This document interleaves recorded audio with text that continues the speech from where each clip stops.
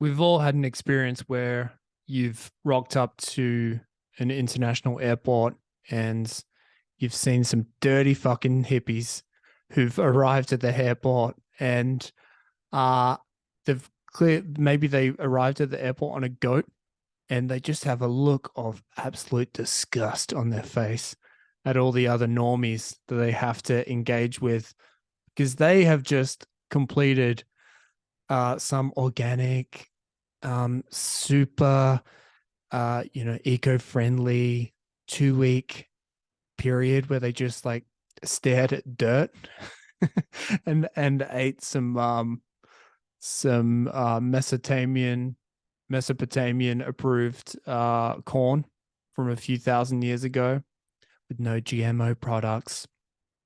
And they're not happy to be around everyone else because it kind of goes against everything that their trip was meant to stand for. They were trying to do tourism the right way. And yet, to get to far away exotic places, the easiest way to get there is to get on a fucking jumbo jet, which is terrible for the environment, pumping out a lot of bad shit that's going to destroy the earth, man. So yeah, if you want the frugal living as the locals do, leave no trace, be cool with everything, man, experience, you gotta suck it up and let a Boeing 747 wreck the earth with a bunch of other mouth breathers. And I think I like those moments because I see the scowl on those hippies' faces and I understand it because when you're a kid, you're desperate to travel. You maybe, if you're lucky, you've been on a few family holidays, which at best are weird. And so you're desperate to do your own travel. You want to go away with your girlfriend or your mates. And in the beginning, you don't give a fuck. You do Kentucky trips, you do budget travel, anything, backpacking just to kind of get away. And you want to go and see as much as you possibly can with the little amount of money that you have. And you eat cheap food, you drink cheap beer, and it's great for a while. And then it kind of slaps you in the face one day. You realize the tourism industry is absolutely disgusting. You are literally just a an ass on a seat. You're a number, and you're not getting a unique experience.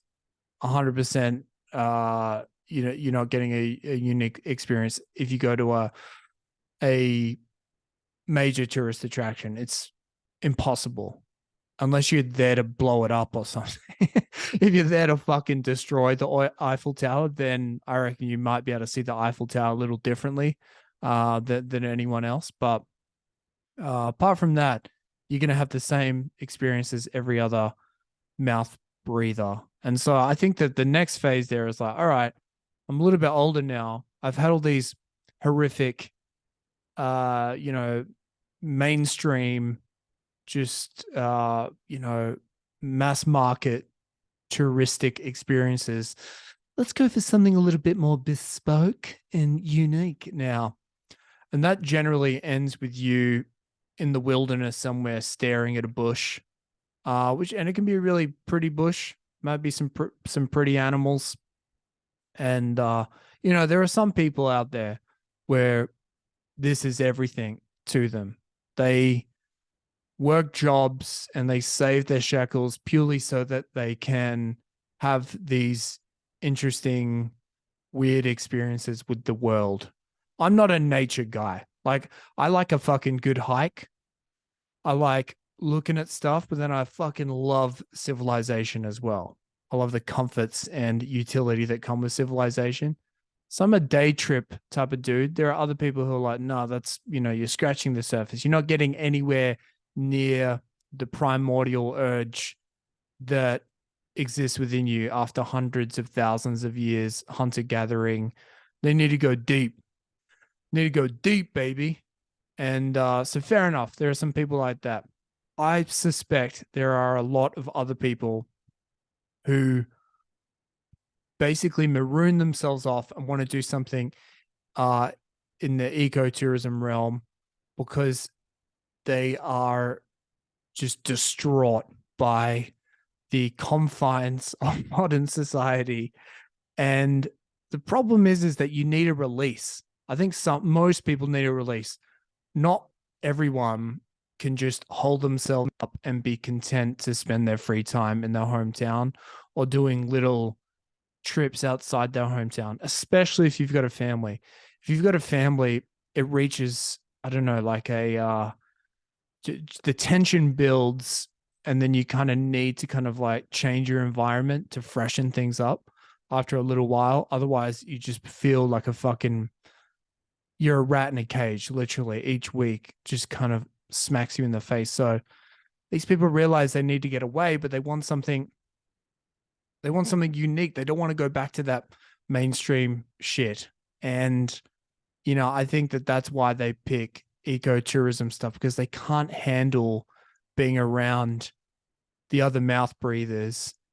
And, but that's what's great. That's what the great leveler of the jet is, where you all have to get on there to get home or to get to your destination.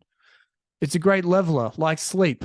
You could be a fucking hardcore bikey, tattoos on your face.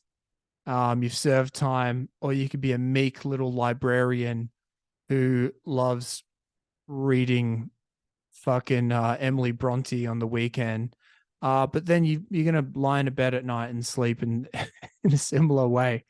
You're gonna look pretty similar when you flatten your back, is what I'm trying to say. And likewise, when we're all crammed in on the jet. And I've had a real, because I was definitely the contrarian. I was the like, no, I don't want to be a part of the mainstream, man. I want to do my own thing. I want to hum my own tune for years. And having a child is an amazing leveler because you're forced to do things you never thought you would end up doing.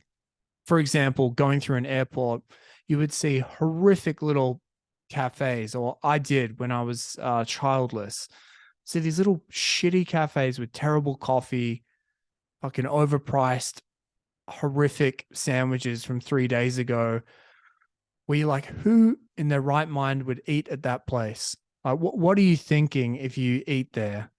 How bored do you have to be?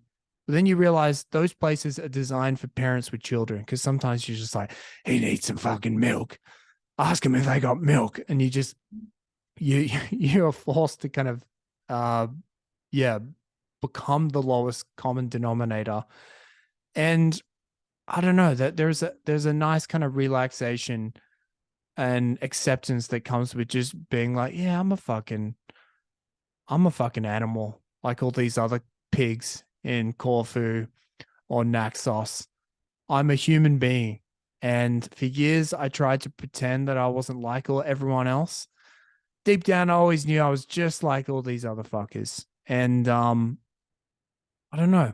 Maybe I'm just getting a little bit more, getting better at being socialized, or just being okay to be like, yeah, you're not that different, and that's all right. That's the weird thing, and maybe that's why the scowling hippies are so angry where they have to be on the jumbo jet, because if you really want to be an ecotourist, you probably shouldn't get on the jet in the first place, right? Like, ultimately, it's a selfish thing. You want to get away for a unique experience so you can tell a story about yourself. If you really gave a fuck about the earth or these local cultures, you could send some money from a distance and explore your back garden, ride a goat to your local hill, and that can be your ecotourism adventure. And you don't need to get on the jet with all the other mouth breathers. And you know what? There's probably people like that who've crunched the numbers and thought, yeah, I don't want to,